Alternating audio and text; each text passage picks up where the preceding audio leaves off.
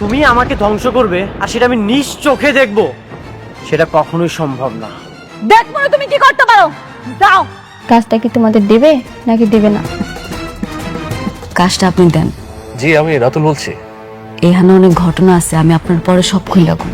আমরা আমাদের নিউ প্রজেক্টের দায়িত্বটা আপনাকে দিতে চাই। আমার শত্রুকে কাজ দিয়ে আমার এত বড় ক্ষতি করেছে, তার সাথে আমি আর কোনো সম্পর্ক রাখতে চাই না। শর্ত বেশি কিছু না, এই জুতাটা দিয়া নিজেকে গালে জুতা মার। তুমি কি আমার সাথে প্রতিশোধ দিচ্ছ? আসলে কি জানো, অকৃতজ্ঞরা কখনো উপকার স্বীকার করে না।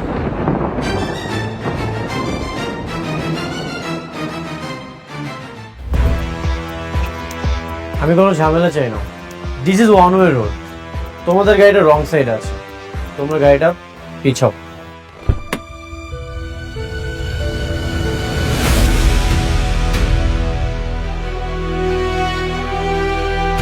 গাড়ি পিছাইবো না।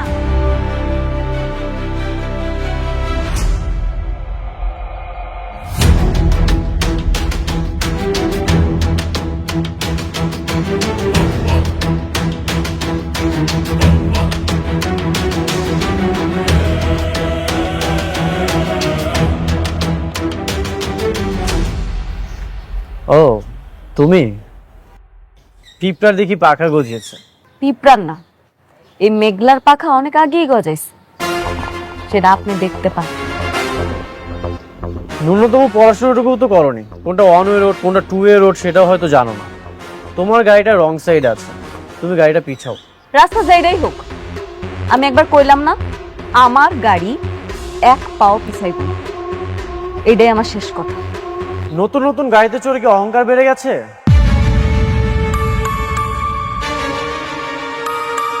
কি দেখাচ্ছ তুমি?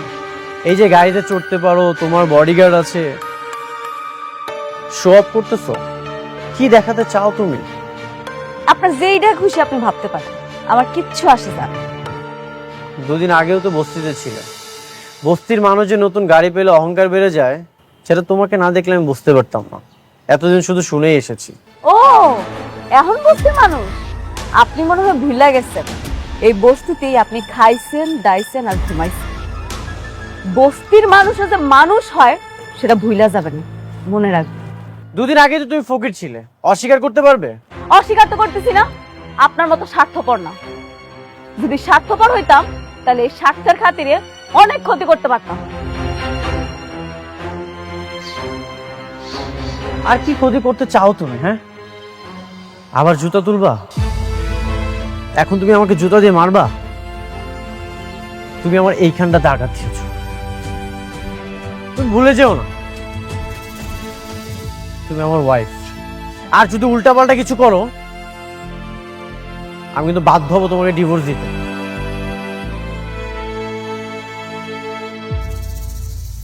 আর এমনিতেও আমি তোমাকে খুব দ্রুত ডিভোর্স দিয়ে দেবো। এইভাবে একটা সম্পর্ক রাখা যায় না। আপনার মতো পুরুষ মানুষেরা কিছু পারেন আর না পারেন, ভালোবাসা মানুষের দুর্বলতায় আঘাত করতে পারে।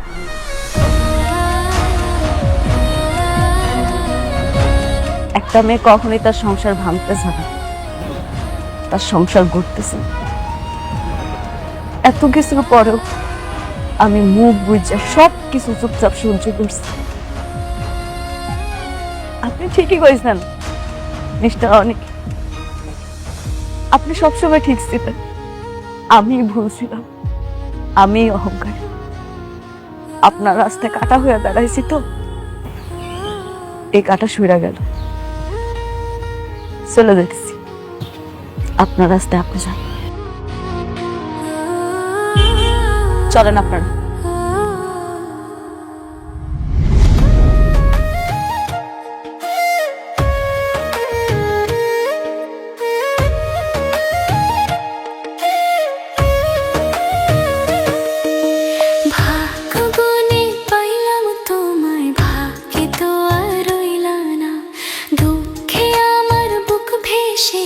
সুখের দেখা হইল না, তবু আমি তোমার আশায়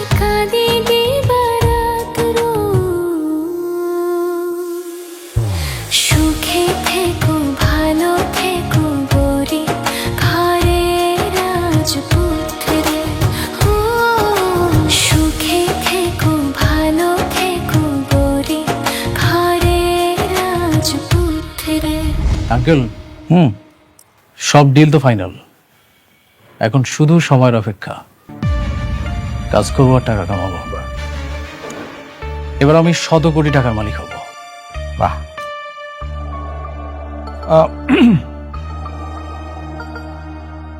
ডিল ফাইনাল হয়েছে, এটা তো খুবই খুশির খবর। আমরা কিন্তু সবাই খুবই আনন্দিত।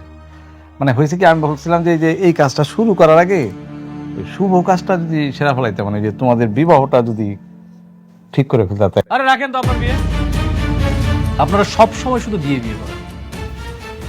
কোথায় একটা খুব সুন্দর একটা আনন্দের সংবাদ, একটু সময় মিলে আনন্দ করব, তা নয়। আচ্ছা সরি, হ্যাঁ আপনার ভাতিজাকে একটা ফোন দেই, এই গুড নিউজটা ওকে জানানো খুব জরুরি দরকার।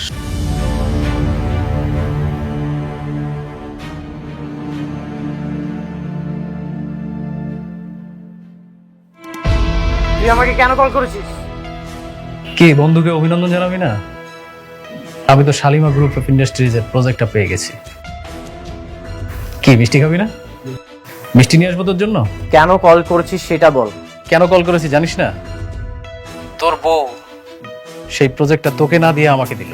একটা জিনিস কি জানিস, তোর বউ না তোর ভালো চায় না। এই বিষয়টা না আমার কাছে কেন কত যে আনন্দ লাগতেছে। আনন্দ হচ্ছে, এই আনন্দের অবশ্যই একদিন আমি জবাব দেব। শোন, তুই আমার একটা চুলও ছিটতে পারবি না। যদি ছিটতে পারিস তাহলে ছিড়িস।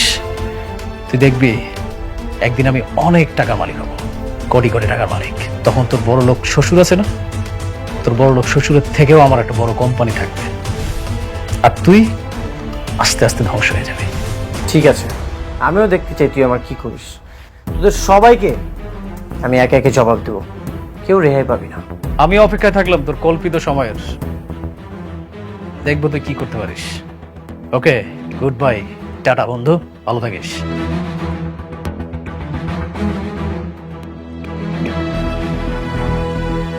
এভাবে তোমার শত্রুর সঙ্গে মিলে তোমার স্ত্রী তোমার ক্ষতি করলো, এখনো কি তুমি তাকে বউ বানিয়ে রাখবে? তুমি তাকে ডিভোর্স কি দেবে না? বললাম তো দিয়ে দিব। কবে দিবে? আমি তো তোমার মধ্যে কোনো ডিভোর্স দেওয়ার লক্ষণ পাচ্ছি না। আর কত সহ্য করবে? আমি আর সহ্য করব না, আজকের বোঝাপড়া হবে।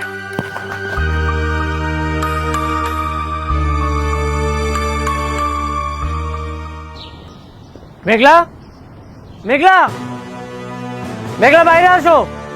মেঘলা, কিছু মেঘলা কোথায়? ওকে ডাকেন, ওর সাথে আমার বোঝাপড়া আছে। মেঘলা, আমি এখানে। কি বোঝাপড়া আছে কম? আমার জীবনের সবচেয়ে বড় ভুল কি জানো? আমার জীবনের সবচেয়ে বড় ভুল হচ্ছে তোমার মতো একটা মেয়েকে বিয়ে করা। এটা আমারও ভুল। তোমার মতো কোটিপতির বিয়া কইরা আমি আমার জীবনটা শেষ করে ফেলাইছি। তোমার তো সৌভাগ্য যে আমি তোমাকে বিয়ে করেছি, আর এই যে আপনারা একটা অকৃতজ্ঞ। অকৃতজ্ঞ আমরা? কি করছি আমরা? আর তুমি আমাকে জন্য কি করছো? 7 তালা কি দালান বাইন্দা দিছ? আর এই দালানে আমরা শুয়ে বসে আরাম করি, দাসী বান্দিরা কাম করে, তাই তো? কি বললেন? আমি আপনাদের জন্য কি করেছি, কি করি নাই সেইটা বলেন। বাবারে, আমরা জানতাম না তুমি কোটিপতি, আর এটা যাই না আমাকে মেয়েরে তোমার কাছে বিয়া দেই নাই। শোনো, টাকা পয়সা দিয়া সবকিছু হয় না, সবকিছুর মাপকাঠি না। ও আচ্ছা, এখন টাকা দিয়ে কোনো কিছু মাপকাঠি হয় না। এই যে আপনারা আমাকে ধ্বংস করার প্ল্যানিং করেছেন। প্ল্যান? কি কাব্বা? শোনো, তোমারে নিয়ে যে প্ল্যান করমু এই সময় আমগো নাই। সেই সময় আমাকে নিয়ে কেন থাকবে? এখন তো তোমার সব সময় নাইট ক্লাবের সেই রং বেরঙের মানুষদেরকে নিয়ে। এখন তো তোমার চলাফেরা বড় বড় অফিসার, বড় বড় পোস্টে যারা আছে তাদের সাথে। অনেক সামলা কথা কও। আমার বস্তিতে আইয়া তুমি আমারে অপমান করবা, তোমারে আমি ছাইড়া দিমু? এমন মাইয়া আমি না। তুমি নষ্টামি করে বেড়াবা আর আমি তোমাকে নিয়ে কিচ্ছু বলবো না, এটা তুমি কল্পনা করলে কিভাবে? আমি তোমাকে আজকে ফাইনাল ডিসিশন জানাতে এসেছি। ফাইনাল ডিসিশন আমি জানিয়ে দিই। ডিসিশন?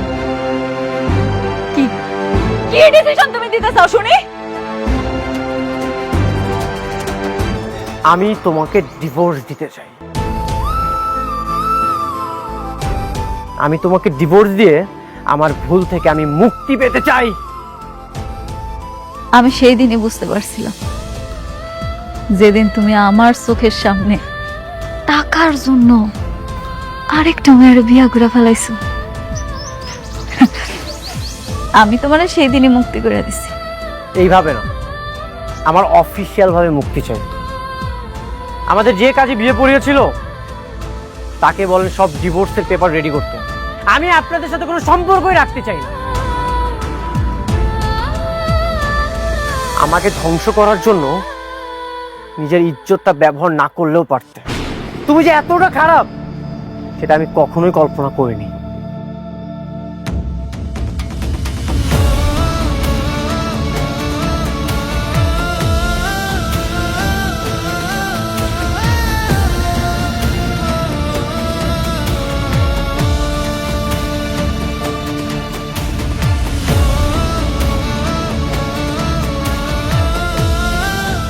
আল্লাহ, আমার জন্য আজকে আমার মেয়ের সংসারটা নষ্ট হয়ে গেল।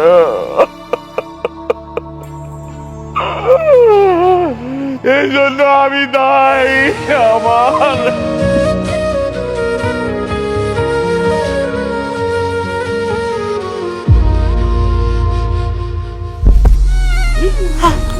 আল্লাহ, ওমা কি হলো এটা?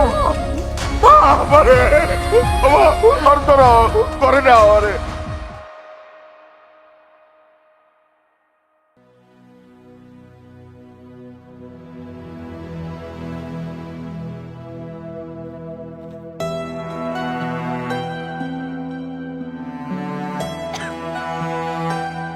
আপনার বমি বমি ভাব হয়? আচ্ছা, খাওয়া দাওয়া রুচি আছে? বুঝতে পেরেছি।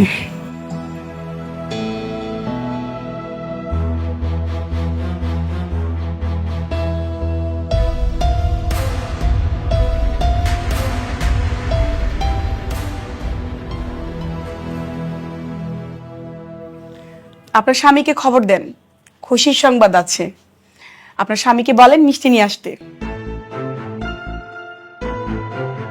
কি সুখবর ডাক্তার সাহেব? নতুন মেহমান আসতে চলেছে, আপনি মা হতে চলেছেন। বাচ্চার বাবাকে বলেন মিষ্টি নিয়ে আসতে, মিষ্টি নিয়ে তারপর বাড়িতে যাবেন। কি কি আপনি এগুলা কি কইতাছেন? আমি আমি গর্ভবতী। আব্বা, ম্যাডাম, আমার জামাইয়ের লাগে তো আমার কোনো যোগাযোগই নেই। মানে? মানে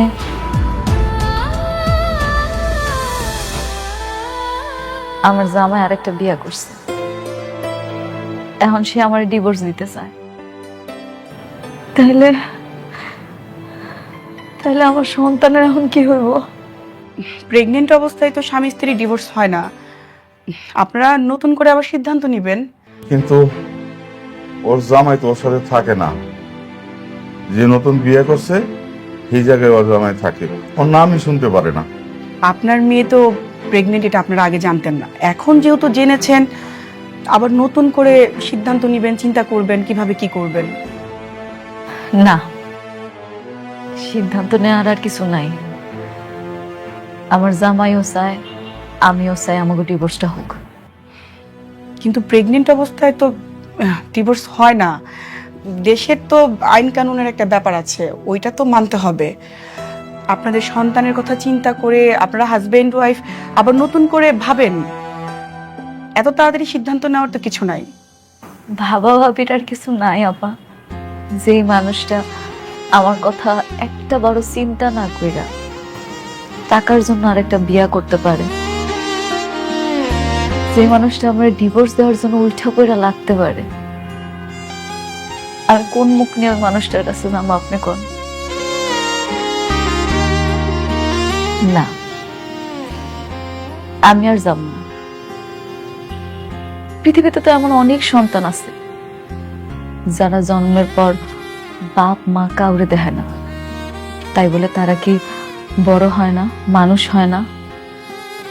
আমি আমার সন্তানের জন্য আছি, আমি ওরে বড় করব, ও জানবো ওর কোনো বাপ নাই। আপনারা যেটা ভালো মনে করেন, আমার যেটা ভালো বলার ছিল আমি বললাম।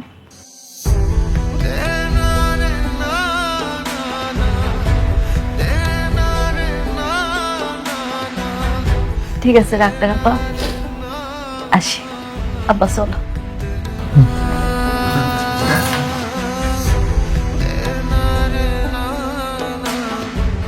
মারে, তুই জামাইরে তালাক দিস না।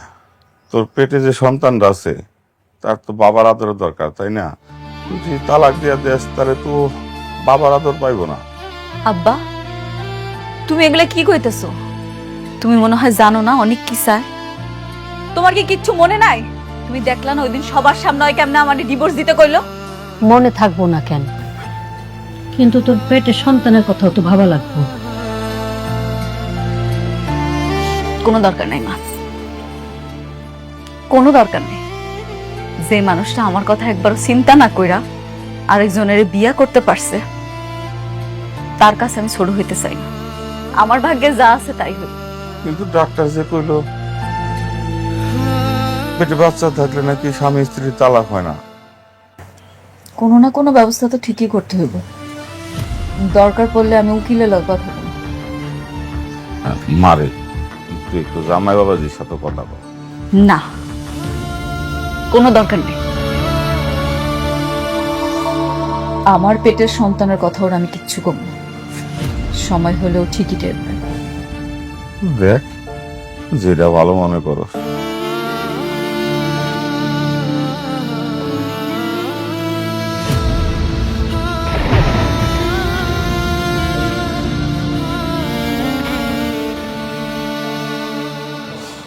এখন আর কোনো সমস্যা নেই, লোনটাও হয়ে গেছে, শালিমা গ্রুপের সাথে চুক্তিটাও হয়ে গেছে। এখন শুধু কাজ শুরু করতে হবে, আর কাজ শেষ হয়ে গেলেই শত শত কোটি টাকা আমার পকেটে ঢুকবে। এটা ভেবে যে কি আনন্দ লাগছে। সবই ঠিক আছে, কিন্তু আমি আশ্চর্য হইতেছি একটা বিশেষ ব্যাপার। অনেকের বউ তোমার এই কাজটা দিছে, আমি কিন্তু ভাবছিলাম যে জেদের বসে তোমার শেষ পর্যন্ত সে কাজটা দিবই না। আমি না একটা জিনিস বুঝতে পারছি না, কি? একটা বস্তির ফকির নিয়ে তার কথায় এত বড় একটা ডিল হয়ে গেল। আচ্ছা, ওই অফিসের মধ্যে ওর কাজটা কি? আরে কাজ যাই হোক, তোমার তাতে কিছু জানা দরকার নাই। তুমি কাজ পাইছো, লাভবান হইছো, তাই না? তা ঠিক বলেছেন। আমার মনে হচ্ছে কি জানেন, অনেকের সাথে জেদ করেই কিন্তু ও আমাকে কাজটা দিয়েছে, কারণ ওর সাথে তো এখন সম্পর্ক ওর শত্রুতা। অনেকের বউ ওর সাথে প্রতিশোধ নিচ্ছে। মেয়ে কামকে ভালো হইলে এলো। আচ্ছা, সমস্যা কি? ওরা ওরা মারামারি করুক, আগের থেকে আমরা লাভবান।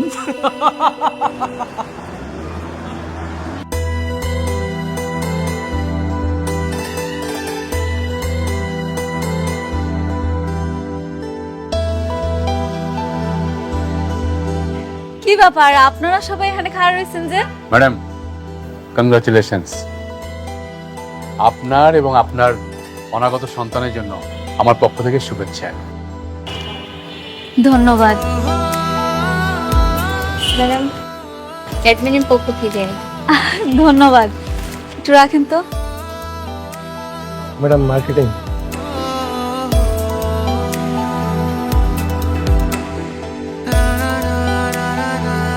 ধন্যবাদ। আপনারা সবাই আমার জন্য এত কিছু করছেন, আমি খুব খুশি। ম্যাডাম, উনি হচ্ছেন আলতাফ চৌধুরী, আপনার সাথে মিটিং করার জন্য এতক্ষণ ওয়েট করছেন। আসসালামু আলাইকুম। চলেন না ভিতরে চলেন, মিটিং এ যাই। আসেন রুমে আসি। চলুন আলতাফ সাহেব। আপনারা এগুলো নিচে নিয়ে যান।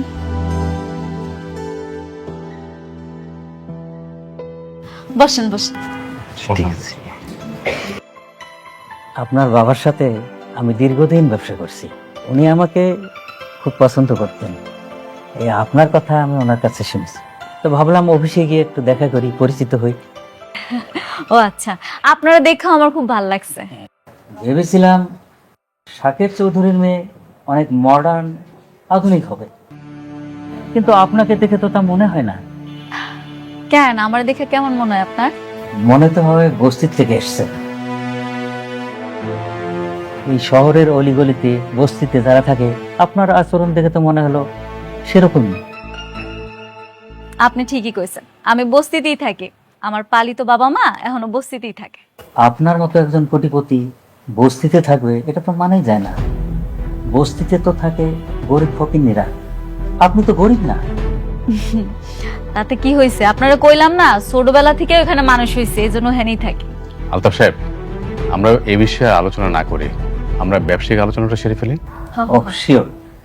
আমার একটা শেষ প্রশ্ন ম্যাডাম, আপনার স্বামী কি করে?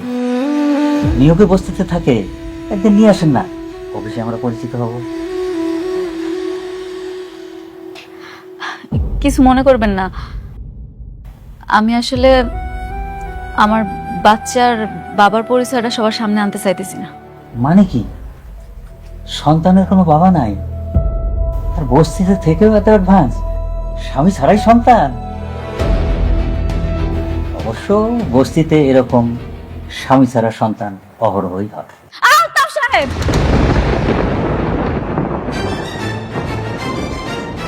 আপনি মুরব্বী মানুষ, আর তাছাড়া এই অফিসের সবচেয়ে পুরনো ক্লায়েন্ট।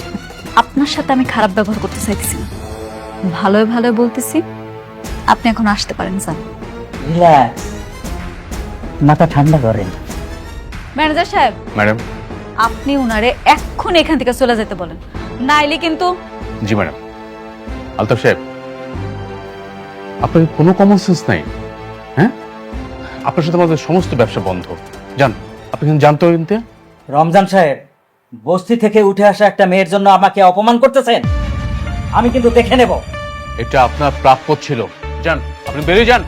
আরে জি ম্যাডাম।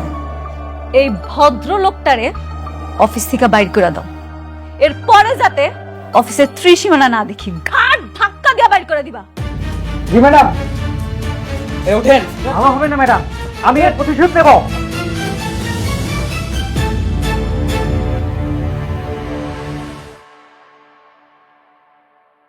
উনি আমাদের সাথে বিজনেস না করলে কয় টাকা লস হবে? না ম্যাডাম, কিচ্ছু হবে না, ব্যাপারটা আমি দেখব। সরি ম্যানেজার আঙ্কেল, আসলে আমি ওনার কথাগুলো নিতে পারি নাই। ম্যাডাম, আপনি উচিত শিক্ষা দিয়েছেন, এইসব লোকদের এরকম শিক্ষা দেওয়া উচিত।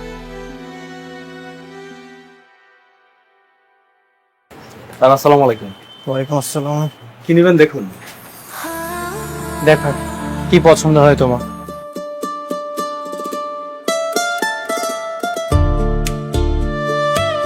এটা কেমন লাগে?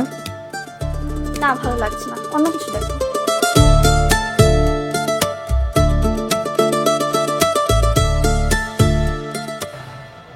এটা তো খুব সুন্দর।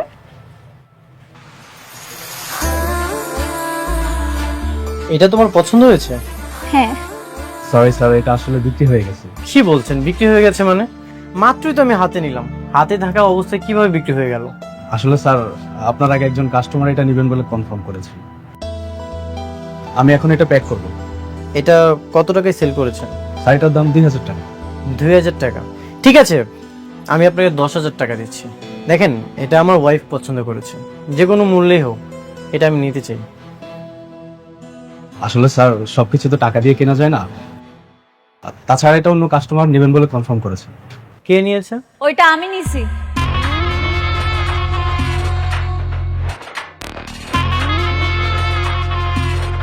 আপনি কাজ করুন, পেড করুন। হ্যাঁ জি স্যার, ওয়েট করে নিচ্ছি।